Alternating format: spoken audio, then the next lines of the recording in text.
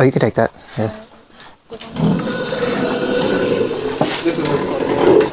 Yeah, and that is recording. Oh, yeah. Let's go. It's conference. Okay. And I was supposed to record my screen, I think. Yeah. That one is recording now. So. Okay. Wait. Let's bring more chairs from. More chairs. Okay. So. Yeah. Är den streamad någonstans? Nej, vi kommer spela in den. We're doing a recording, so.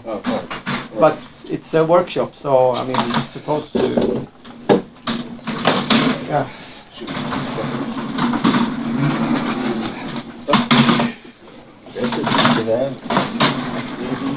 You were popular. We haven't even announced. That was weird. Yeah. Like it's very unofficially announced. So I think that's fine. Yeah, but of course we need more. It's recording. Okay, That's 3 chairs. we'll start. I'll sort of try to break the ice and just introduce you. Okay. That's, yeah. Let's hear those jokes. Yeah, and if you want to speak Swedish, he won't understand. So let's just switch to Swedish directly if you want, like to. Make fun of Yeah, me. Like, so- yeah. But by the way, this is Joe Hiller. He's here from San Francisco and actually joining us in this week between 2 conferences. You're going to Embedded. Hamburger Messe. No, Hanover. Hanover Messe next week. Yep. And you were to Nuremberg last week. Yeah, embedded world. Yeah. So, yep. So you brought some stuff as well from that. Yeah, you got all of my swag from embedded world. So, yeah. You also have to introduce yourself a little bit, and yeah, I'm sure you will. But it's for us a quite cool thing to have Joey on board for this week. So we've actually been doing a lot of stuff. Last day we spent a full day of just trying to set up Helium gateways. Took much more time than we anticipated. But yeah, we did it. So it's really good Helium coverage in this room at the moment. And we have one gateway here. I think both of them or one of them. Yeah, I think we have 2 gateways penetrating us. Yeah. So you feel that tingling sensation Highly because of Helium. They only sit and listen. It's okay. Yeah. LoRaWAN's pretty quiet. Yeah. But that's the plan. And the plan was for today is let's just do something. Let's make a workshop and let's like sort of. Yeah. Give a little sampler of things you can do with the network. So, yeah. And everyone in here should have been working with, maybe not all with Helium, but everyone with LoRa. That I'm sure, right? Yeah. So everyone knows LoRa. And when I say LoRa, you probably know more about TTN because that's often the default option when you start. So we need to change that today. Right. Yeah. All right. Yeah, we're going to all leave with a better picture of the options available. Yeah. So that's it. Please, Cool. welcome. Yeah. Thank you. Yeah, like Frederick was saying, we'll try to keep this a little bit informal. I've largely structured this to, there's this little stack of dev boards here, and I want to leave these with everybody. So we'll kind of walk through the process of what it looks like to flash some firmware to them. That's universal to TTN or Helium or anything. But then we'll take that a little bit of a step further and onboard those into Helium. It gives you the sort of access to the whole network. But a little bit of background on me. I've been a part of the Helium Foundation. It was formerly known as the DY Alliance, Decentralized Wireless, for 2.5 years or so. But I've actually been building software and products on top of the Helium network ever since 2020. 4 years. So it's a relatively new network, which is why a lot of folks haven't heard about it. And then in Europe, you've got TTN, which is fantastic.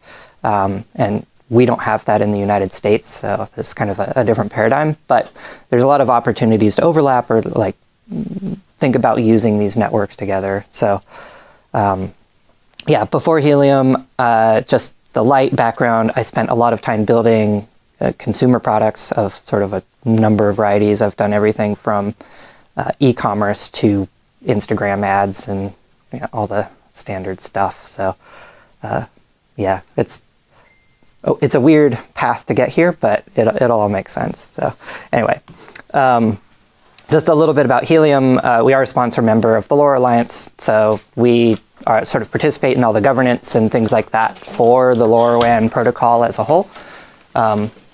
I'm still actually not sure why they're called the LoRa Alliance and not the LoRaWAN Alliance, because LoRa is a different thing, as you all know. But anyway, we spend a lot of time talking with those teams as well. This is the map of deployed Helium gateways. It's a little out of date, but if we're just looking at North America and Europe, that's like pretty accurate to what we've seen. And so each of these dots represents a location where somebody has gone and deployed a Helium hotspot. So we have this cool opportunity to leverage this network in just about every major city you can think of across Europe or North America. So when we think about sensor applications that leverage these types of things, anything that's mobile, like you want this contiguous coverage, right? You want to be able to have a sensor that you onboard in your factory or in residential or even your own car. The own car thing is personal to me because my truck got stolen like a month or so ago, and I had a LoRaWAN tracker in it. I got to find it. And people were looking for AirTags and stuff. I had an AirTag in there too. But the LoRaWAN sensor was still in there. I found it under a freeway same morning. And so that's kind of the power of leveraging a network where there's this continuous coverage, is that things can go and hop around. You can start thinking about asset tracking that goes on freeways, on trains, and not just sort of the perimeter around where a private network gateway is deployed. So what does this look like? Frederick even he should be a picture in this slide, but folks pick up these gateways. This is one that we built last night. It's just a Raspberry Pi and a LoRaWAN concentrator. And they go and put big antennas on them. They put them in outdoor enclosures. They put them in windowsills, everything you can imagine. It kind of creates all of these layers of coverage. So here in Kalmar, there's gateways on towers, and there's gateways in people's homes, and there's probably gateways in people's basements and everything in between. And all of that gives you varying levels of reliance on the network. So Helium's strength is its redundancy. There's 300,000, a little more than 300,000 active gateways on the Helium network right now. And so with all of that density, you get reliability. And that's kind of the really cool angle for a network like this. Whereas... And the peak number of gateways, like it's been up and down. Yeah. So and then of course the network fluctuates, being a people-powered network. Some are going to come offline. The hardware might break. A cat knocks it out of the plug, off the wall. Things like that. But through the sheer volume of it, you create something that's very robust.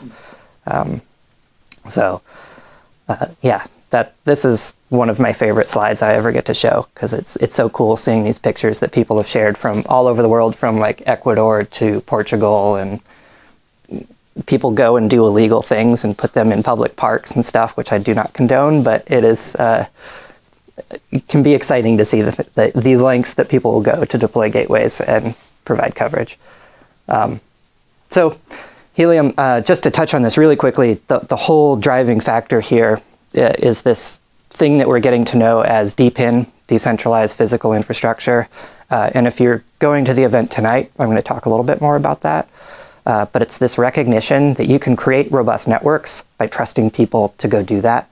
And you don't have to be a $10 billion corporation in order to do those things. So if you build the technology in a way that is accessible and available for people to go deploy, and you create the right coordination mechanisms around that, it works. And so Helium does this with a cryptocurrency. And so everyone who deploys one of these gateways gets tokens in proportion for the amount of data that they transfer, as well as some awards for purely creating that coverage in the first place. So that's the key driver behind what has made this thing work.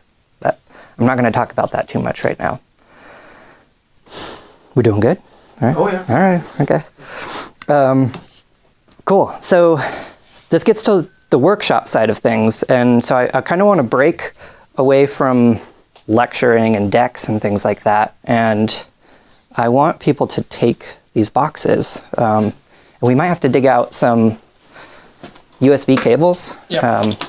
Is it okay. C or micro USB? Micro USB. Yeah. We have a box. So all of you have touched LoRaWAN before. Probably different development boards. These are from a company called Heltec. They're very cheap and they're very flexible. I use these to build mappers, and we go and map the entire Helium network. I think we'll again talk about that a little bit tonight as well. But they're pretty robust. It has a NeoPixel, it has GPS, it has the LoRaWAN, a USB to serial converter, kind of all you need to put together a basic little solution. The code that I've put together just starts spamming packets, just so we can start seeing some stuff come across. And then I sort of leave it to the reader to go and start experimenting with the other things that are on board. But we can take some of these, and then I want to dive in to playing around with things. Let's see, who needs one? Yeah, who has how many computers do you have? LoRaWAN network server as well, under their IoT Creators brand. And that was something that we did about a year ago. So, yeah. Cool. So as folks start wrapping up the sign-up process, in the grand scheme of the things that we're going to go through, we're going to set up VS Code. I have to imagine a lot of you have it already. I guess no one. I think everyone has VS Code. Beautiful. Okay. Yeah. Pretty common. Surprised if not. Yeah. So. We're going to pull some code off of GitHub. I put together a little example thing that just is easy to run. We're going to use Platform.io. Platform.io. I don't know the right way to say that is. But that'll run inside of VS Code, and it's going to do all the toolchain management for compiling and uploading the project. And then the thing that you've just done is signed up for a LoRaWAN network server. So this is the equivalent like TTN or things like that you may have interfaced with already. So, and this one in particular is operated by a community member inside of the Helium ecosystem, and he's been building LoRaWAN network servers even before Helium existed, and he's sort of risen to be one of the higher volume operators in the ecosystem. So he runs stuff in Europe, and he also runs some for other companies in the United States and Brazil and places like that. So. What are you doing?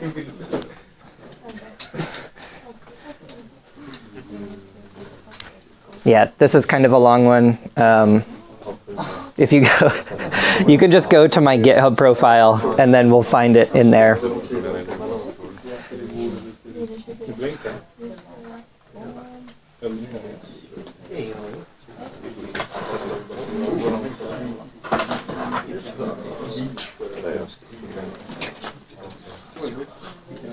Let's see if we make it. Yes. Cool.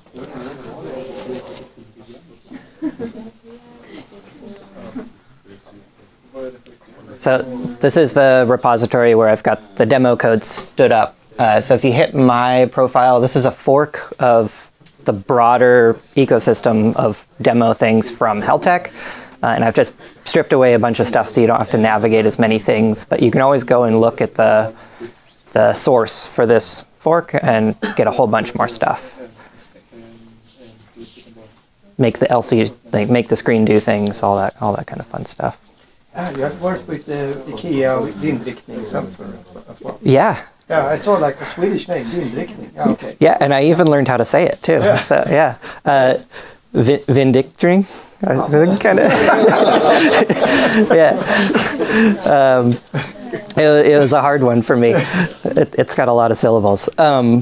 Yeah, so that sensor is an air particulate sensor from IKEA that has no internet connectivity. And so basically by plugging one of these ends to the UART signal, I was able to read off the particulate sensors and then put that all into a spreadsheet. So that's another, you can use these dev boards. I think these dev boards will actually fit. I think the green one is the one that I used for that project. So that's a fun one. Not the highest quality air particulate sensor though. So yeah, kind of drifts over time. To do those kind of things with IKEA stuff. I opened a toll-free controller that you have for lights. Okay, yeah. And then opened that and then did the buttons because you can dim, you could do. Oh yeah. So I just made it Bluetooth and then simulated the button. Button pressing. Yeah. That's great. Cool. So I'm actually going to stop leaning on this presentation now, and we'll just kind of like get into it. Actually, let's me.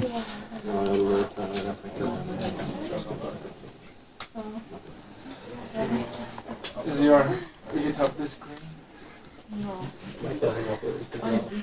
Cool.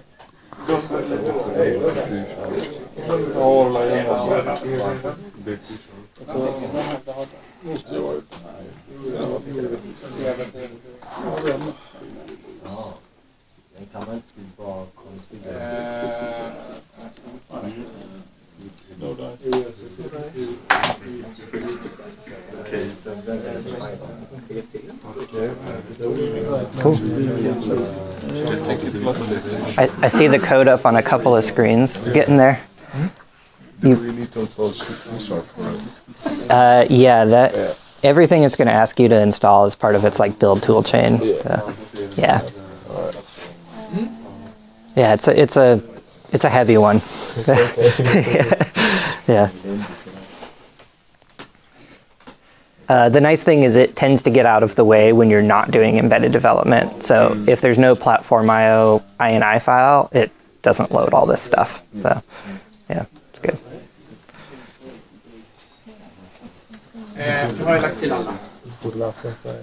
Oh yeah, you got in there. Perfect. Cool. I'm gonna get into this in a second. Yeah.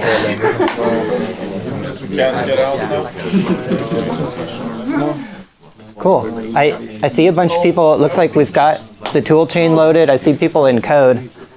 I'm in bright mode because I'm a sociopath here, but this is what you're going to see here. If Platform IO doesn't pop up with these little icons down in the bottom, what I'll have you do is open the Platform IO home, and we'll just say open project, and then navigate into the folder where you cloned that, and we'll go, where did I clone that? GitHub. Oh, I zoomed in, so now I'm like all disoriented here. Documents, I think it's in here. Yeah. Or, yeah, you cloned it. Yes. No, it's download. So yeah, you'll just navigate to where you cloned it to, open the LoRaWAN folder, and then say open LoRaWAN, and Platform IO will grab everything and stand up that instance. And then you should see all of these icons down at the bottom start to appear.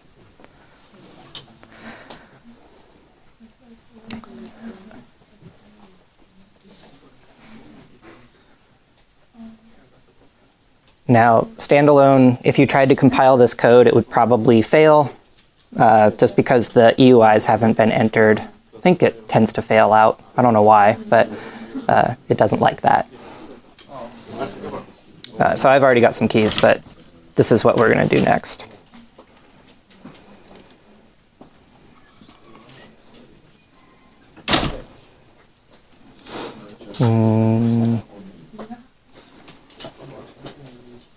It was a success for me, even if I didn't change anything. I just compiled. Oh, good. It didn't. No changes, whatever. Okay, great. So it doesn't complain too much. I get confused in the different code bases that I work in, and the. Yeah. Okay, that's good. Compiling is one step. Compiling, but there's nothing in the other end now, so like. Oh, It's one thing. right. I'll just wait for it. Yeah.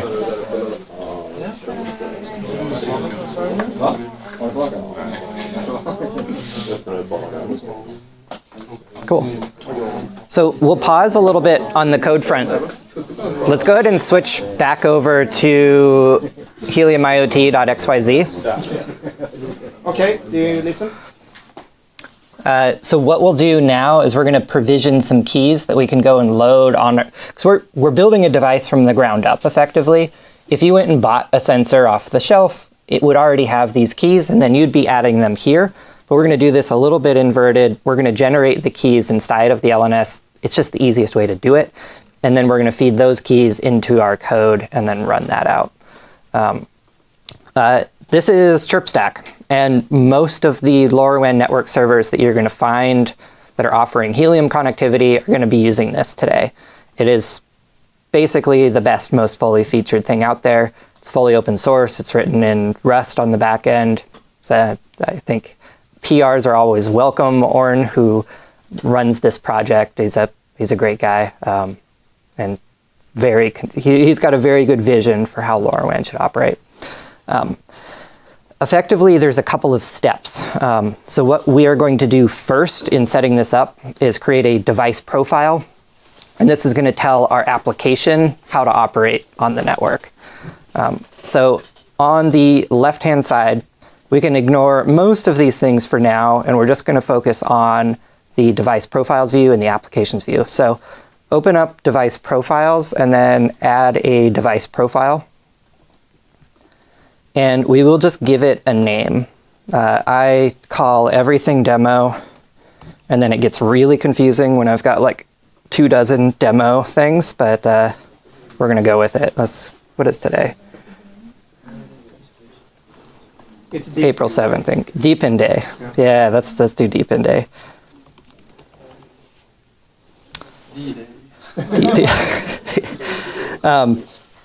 So with LoRaWAN, as I'm sure you know, but I'll reiterate a little bit anyway, there are different region plans based on the radio frequencies that the government makes available. So here in Europe, you're lucky you've got a very contiguous agreement around being able to leverage EU868. In the United States, we use the 915 band, the center band. The Helium Foundation has actually been pushing a lot of regional standardization because it's very fractured in a lot of other countries. So recently we rolled out a unification plan for most of Africa to use EU868 as well. And then we're working with the LoRa Alliance to sort of help codify that for other LoRaWAN networks as well. So if you ever want to get into RF politics, I'll tell you all about it. But the only thing we need to do right now, give it a name. All of these defaults will work. So we're going to do EU868, of course, the Mac version and regional parameters, all that, we're good to go. So we'll hit submit. And then we can move over to the applications view. So on the left, we'll hit applications. We will create a new application because you don't have one yet. And we'll call this something else. Deep in Demo Day application.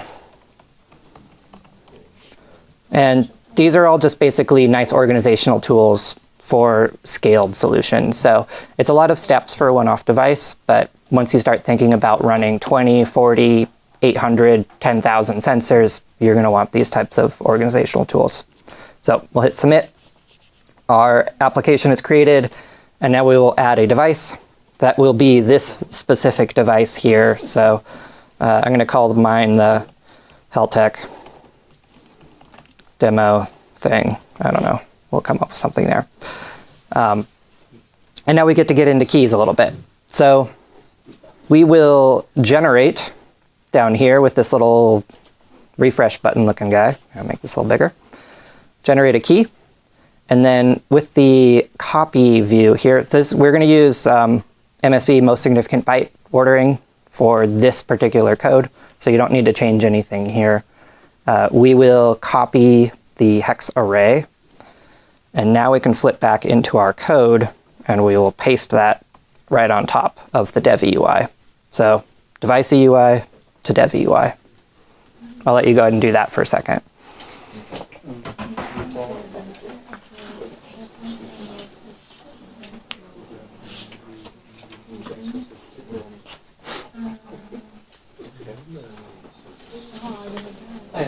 This is I'm gonna have to delete these keys later.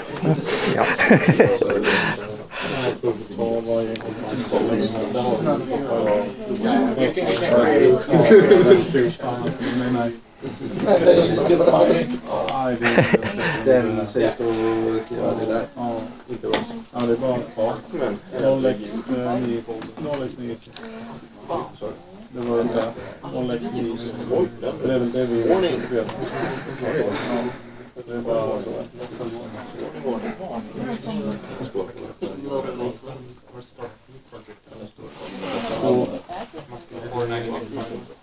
Då gick in och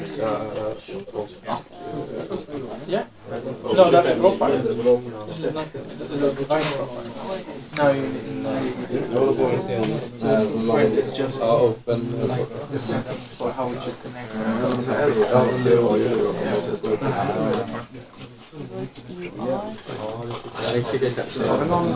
Do we have like some off the shelf The Dragino, or yeah. I need to get you some seed hardware. It's actually really nice. So while we're going through that, I'll make a note here. The join EUI is a interesting one. Chirpstack doesn't actually really use it for routing. You can set it, and Helium's network packet router will leverage it for device routing, but you can also just set it to all zeros, which effectively wildcards that field. So if you want, you can do the little refresh thing and generate one. We should probably just do that because we ran into some bugs yesterday. So go ahead and do this one as well. Hit the, you may have already done this, but do one of these, grab the hex array, and that will map to the app UI. So a little confusing, but join UI to app UI. I won't get too far into the details of that right now. But. So get that one in there, and then the last step here is to add the device profile that you created. That's going to let Chirpstack know that this is an EU868 device and all of sort of the LoRaWAN parameters that are attached to the application. And then once you hit submit, you're going to see the application key. We're doing OTAA provisioning for all of these. This is the over-the-air activation.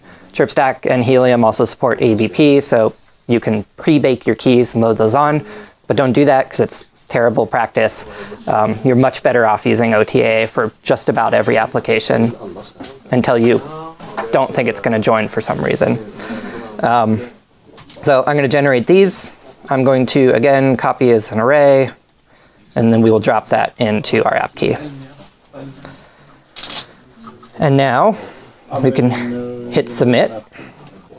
These are loaded into Chirpstack. Simultaneously, there's a application that's run as part of this service that submits these keys to Helium's packet router. And so now globally, the entire network knows about this device. And when it starts to see those payloads, it can route them accordingly to our network server. And so we can jump over. I tend to jump straight into this LoRaWAN frames view for the application. And you're going to just see the little spinny things until we actually compile and run, which I can't do because I don't have hardware, but everyone should go and press both this little checkbox, which builds the code with those keys that you've saved in the sketch, and then upload that. This is our moment of truth that everything works.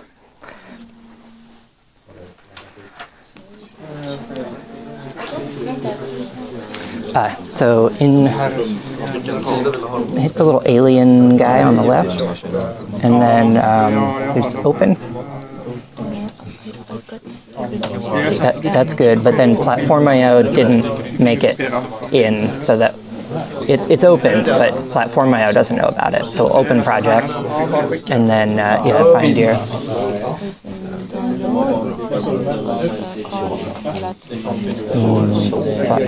Yep.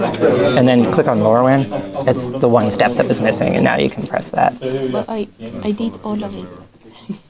Now again. Oh, it looks like I have done all the things. Let's see, what is going on here? Where's your taskbar? And I'm sure you know this, but this is kind of the heart of this example code, is where you'd set that payload and then do your decoding on the other end of things, whether through a decoder inside of Chirpstack or inside of your application.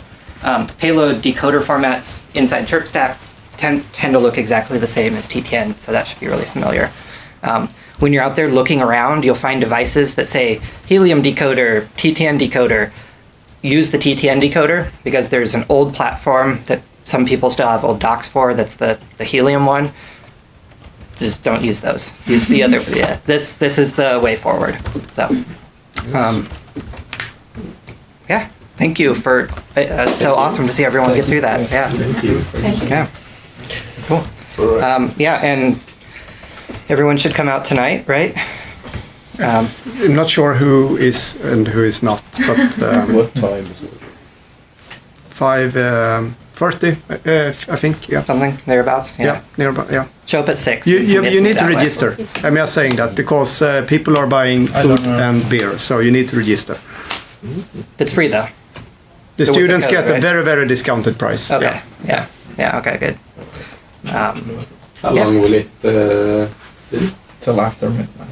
Yeah. 2 I think we'll probably eat 7:30, something like that.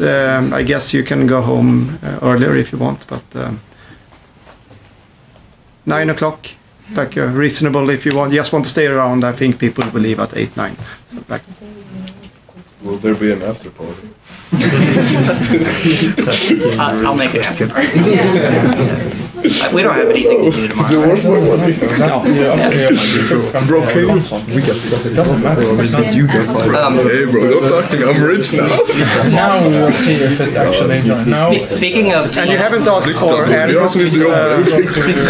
anyway. Airdrops. Oh yeah. There's no airdrop. Sorry. The other cool thing that I mentioned, there's these other demo code things. This platform is one that I helped build, so it's kind of a fun thing. But this is the community sourced coverage map. So people are actually walking around with little sensors like the ones you have, exactly the same. And they send out a payload that has GPS encoded in it. And then when it gets received, we know where that person was with that little box. And we also know the gateways that were responsible for transferring that data. And so we're able to build this really highly detailed, true coverage map of the Helium network, which is a really cool thing to be able to do. And that is happening like all over the globe. People walk around with these things. So you can do that with this. Or you can put it in your car and track your car. Like whatever you want. There's kind of sky's the limit. It's a great little platform. But yeah. You see the mapping data, you see the bridge, and there is another one that it goes back and forth. That it must be the ferry. the ferry. Yeah. Yes, that's the ferry. Yeah. Somebody did the ferry 3 years ago then. And then you see me walking around 4 days ago with my mapper. Är du som har simmat, David? Nej, simmat har jag inte. It's really cool actually. So. Yeah. I had a lot of fun building this. This is actually the thing that I did right before I joined the Helium Foundation and got their attention. So, cool. Yeah. Cool. Thank you. Thanks all. Yeah, we should stop recording because it's probably like airtight.